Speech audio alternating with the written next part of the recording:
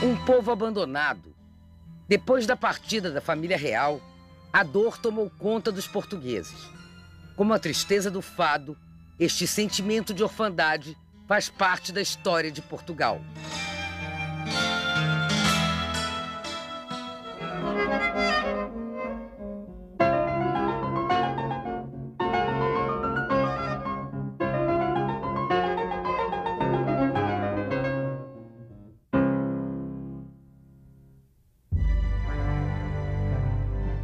Não seria a primeira vez que os portugueses perderiam um monarca. Em 1578, o jovem rei Dom Sebastião desapareceu na Batalha de Alcácer Quibir, contra os mouros no norte da África. Seu corpo jamais foi encontrado.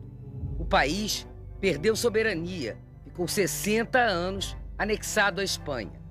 Dom Sebastião passou a ser cultuado como uma espécie de santo. Depois dele, nenhum rei de Portugal seria coroado.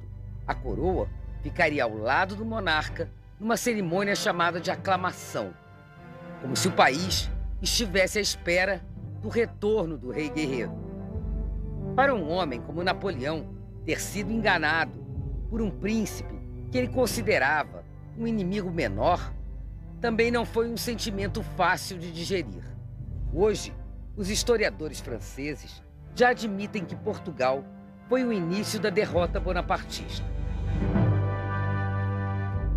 Les historiens français se sont assez peu intéressés à la campagne du Portugal parce qu'elle n'est considérée par les historiens français que comme le début de la guerre d'Espagne, qui, elle, est le grand événement, celui qui va provoquer la chute de Napoléon. En réalité, Napoléon s'est toujours beaucoup occupé du Portugal, dès son arrivée au pouvoir en 1800 jusqu'au moment de l'invasion en 1807, et pas seulement parce que le Portugal était le voisin de l'Espagne, le seul voisin de l'Espagne en dehors de la France, mais aussi parce que le Portugal était un des grands alliés de l'Angleterre. O exército francês tinha fama de treinar muito bem seus soldados. O treinamento, que antes da Revolução Francesa durava alguns anos nas escolas militares, passou a ser feito de forma mais rápida, por necessidade e urgência. Camponeses, jovens idealistas, quem tivesse força para a longa marcha e um mínimo de pontaria era aceito. Os soldados, que tinham maior preparo, foram logo promovidos. Dentro dessa força armada se destacavam os homens da Brigada Ligeira, que junto com a cavalaria, os hussardos, formavam as duas grandes forças de combate de Bonaparte. A tropa de elite chegou a marchar 115 quilômetros em 2 dias. Napoleão confiou ao marechal Andoche Junot alguns homens desse grupo para tomar Lisboa, mas a maior parte dos homens pertencia mesmo ao exército espanhol. Napoléon avait battu toutes les puissances continentales, il avait battu la Prusse, il avait battu l'Autriche, il avait battu la Russie, il était l'allié de l'Espagne, seul le Portugal restait l'allié de l'Angleterre et il lui fallait donc prendre le Portugal. Mais pour lui, qui à ce moment-là avait des choses très importantes à faire, pour lui, il pensait qu'un simple corps expéditionnaire envoyé au Portugal pourrait prendre le Portugal. Napoleão subestimou Portugal, errou feio. O caminho mais curto, pelo norte do país, era o pior a ser feito naquele período do ano. Chuva, ventos e neve castigaram aquela região. Não havia o que caçar, nem o que comer. Il ne faut pas oublier que ça se passe en septembre, octobre, novembre 1807, et les soldats qui sont que des jeunes soldats, bien que leurs chefs soient des chefs confirmés, ces jeunes soldats vivent très mal cela. Et du coup, il en perd beaucoup en route. Sur les 22 000 qui partent, il n'y en a que 1800 qui arrivent à Lisbonne. Mais à ce moment-là, il n'y a pas d'armée portugaise pour lutter contre elle. As tropas francesas chegaram a Lisboa em frangalhos. Encontraram igrejas, palácios, fortalezas, tudo abandonado. A corte havia partido ganhar do oceano, levara com ela ouro, joias, prataria, metade da moeda circulante no país.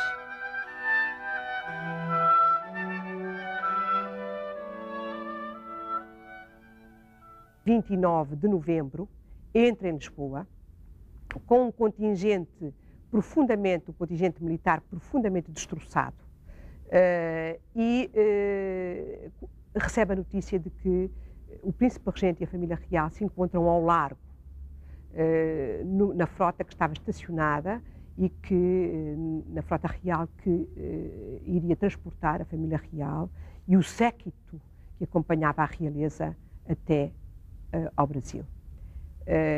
Naturalmente que os primeiros momentos são momentos tumultuosos na cidade de Lisboa, porque é um contingente de alguns milhares de tropas que vão chegando aos poucos à cidade. A cidade, as pessoas fecham as trancas às portas, as lojas, o comércio fecha-se, conspira-se em cada esquina. O povo está aturdido e não consegue dar sentido ao que se está a passar.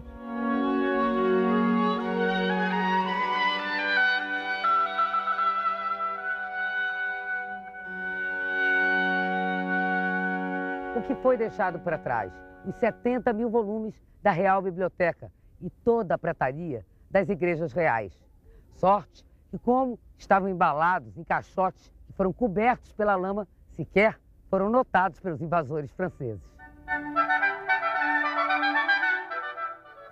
Algumas carruagens também não foram embarcadas e até hoje estão no Museu Nacional dos Coches em Lisboa. Os soldados franceses e espanhóis entraram em conventos e palácios, roubaram o pouco que restou. 8 meses após a chegada das tropas inimigas, um antigo aliado apareceu em Portugal.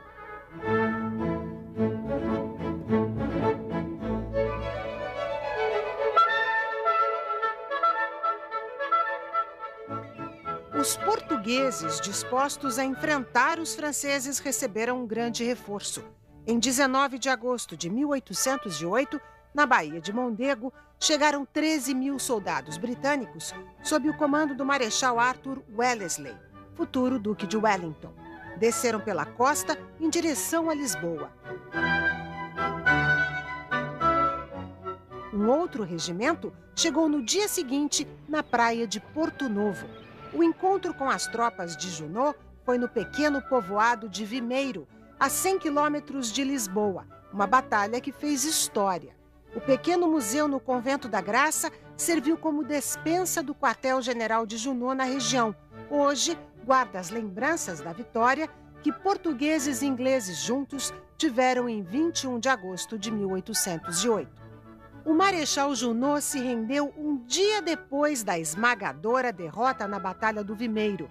Na cidade, uma praça com um monumento e painéis de azulejos lembram o confronto que não acabou exatamente como esperava o povo português. Uma convenção na cidade de Sintra estabeleceu o armistício que permitiu a retirada da tropa francesa com seus equipamentos de artilharia transportados para casa em navios britânicos. Os moradores de Lisboa foram obrigados a ver os franceses enchendo as embarcações de bens que tinham roubado durante a sua permanência em Portugal. Mais uma vez as riquezas indo embora. O homem comum não tem a verdadeira percepção do que se está a passar. Também é preciso ter essa consciência. De qualquer modo, entre as elites urbanas, há um sentimento de grande ressentimento. Porque, de facto, os ingleses toleram, porque a Convenção de Sintra é assinada com mediação inglesa e é com o aval inglês que os franceses partem com o melhor das rapinas que haviam realizado, do ponto de vista das coleções, obras de arte, bens imóveis de particulares. Portanto, eu diria que essa pilhagem que os ingleses permitem que os franceses realizem, porque a Convenção de Sintra é assinada com a arbitragem inglesa, Dalrymple, e mais, tem um outro aspecto que também é chocante para nós hoje, é que no artigo, penso que 17º da Convenção de Sintra, se procura pôr uma espécie de passar uma esponja por todo o colaboracionismo anterior. Não dar rosto, não dar nome a todos os colaboracionistas com os invasores, porque, no fundo, sancionando uma estratégia de legitimidade das instituições, que continuavam ativas e aptas a conduzir os destinos do reino, e passando uma esponja sobre o colaboracionismo político. As campanhas vitoriosas do Duque de Wellington ilustram até passagens subterrâneas em Londres. Em Hyde Park Corner, o herói dos ingleses recebeu várias homenagens. Do rei de Portugal, ganhou os títulos de Duque da Vitória, Marquês do Douro e Torres Vedras e Conde de Vimeiro, em 1813. Nós estamos aqui no centro da memória inglesa. Temos aqui a estátua do Duque de Wellington, temos ali a casa Apsley House, onde ele viveu, e temos ali o Arco do Triunfo, erigido em memória das batalhas de Wellington e, sobretudo, da batalha de Waterloo, que o Wellington venceu.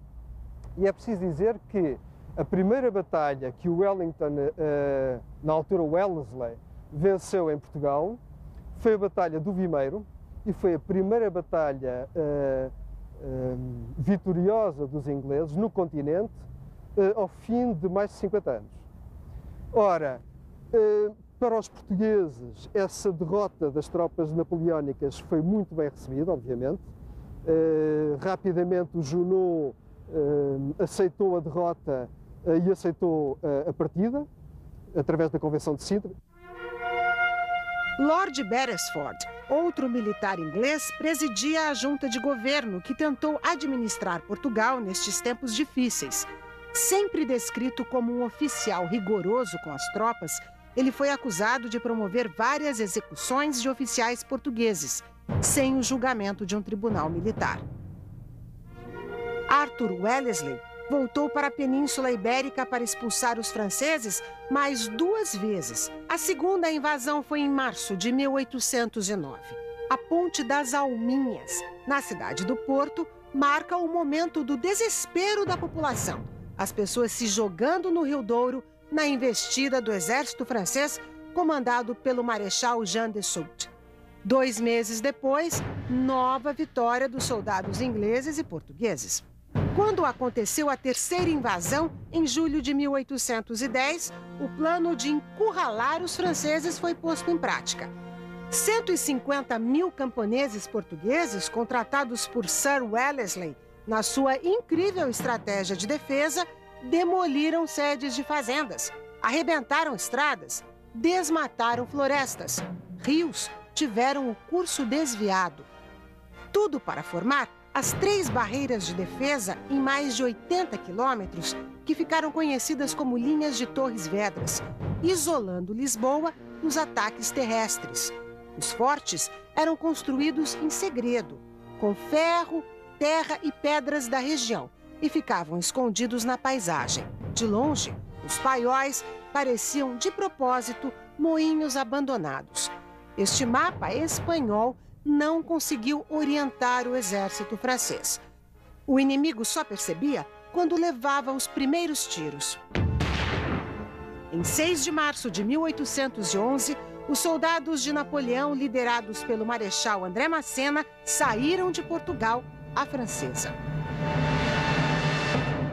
Foi uma guerra muito violenta até para os padrões da época. Os franceses espalharam o medo com estupros e execuções exemplares. Os portugueses revidaram com crucificações, enforcamentos e pessoas queimadas nas fogueiras. Após 3 invasões do exército francês, o número estimado de mortos aqui em Portugal chegou a 250 mil.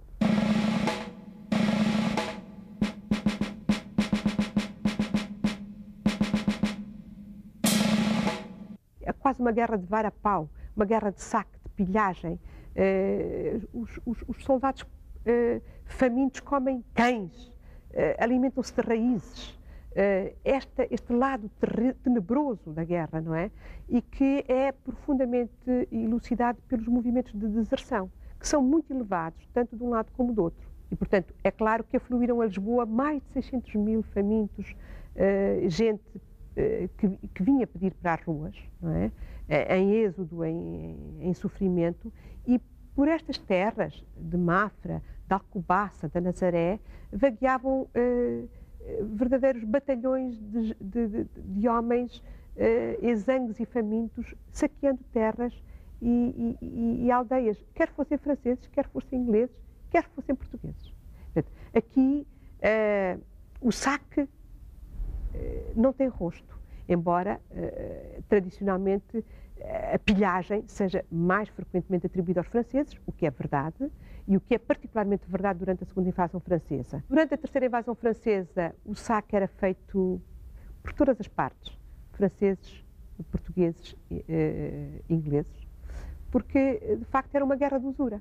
Era preciso, de tal maneira, esta estratégia inglesa chocou as autoridades portuguesas, mas foi também esta a maneira mais fácil de derrotar os invasores, porque, no fundo, levá-los à exaustão, levá-los a recuar sucessivamente até à retirada final. Para Portugal, foram 3 anos e meio de caos.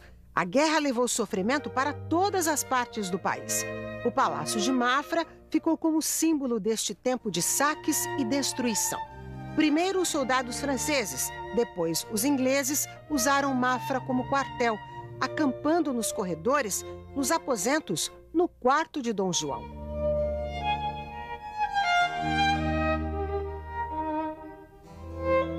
Hoje, restam os fortes como o dos Olheiros, o de São Vicente e o Castelo de Torres Vedras, atrações turísticas que contam a saga do povo português.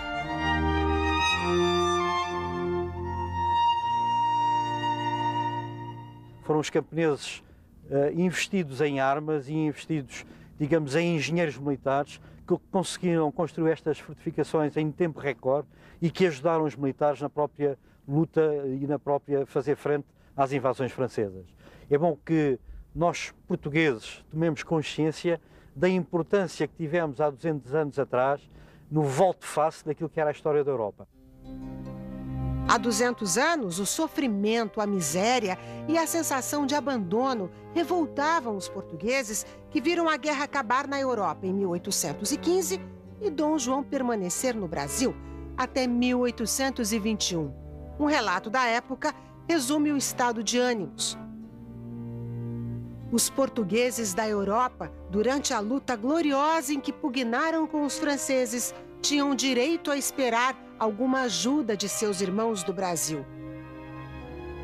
Não se lhes mandou do Brasil nem tropa, nem dinheiro, nem carnes, nem farinhas, nem açúcar, nem arroz, nem coisa alguma. Este é o momento em que Portugal vive sob o signo de Hamlet, ser ou não ser, existir ou não existir como nação independente. Mas também é um momento, e sobretudo quando nos aproximamos de 1820, de sentir a secura do mito de Tântalo, isto é, a secura da liberdade. Porque Espanha tinha ensaiado vitoriosamente a liberdade em 1812, com a Constituição de Cádiz. Depois temos a revolta de Riego, que vai conduzir novamente ao liberalismo, à implantação do liberalismo em Espanha em 1820. E os conspiradores pacatos e prudentes, que contavam com os seus irmãos de exílio em Inglaterra, onde se fazia um jornalismo de primeira água, em defesa das ideias da liberdade e da monarquia constitucional, aspiram dolorosamente pelo retorno do príncipe, neste caso já rei, que havia sido aclamado em 1815 no Brasil, rei do Reino Unido, Portugal, Brasil e Algarves, aspiram pelo retorno do rei, mas também pela implantação de um regime monárquico constitucional no reino. Eu diria que esta conjuntura é uma conjuntura de um dramatismo histórico tamanho, mas de um majestoso parto, que é o parto de uma nação independente, que é o Brasil, e de uma tomada de consciência muito dolorosa do profundo atraso da nação portuguesa em relação a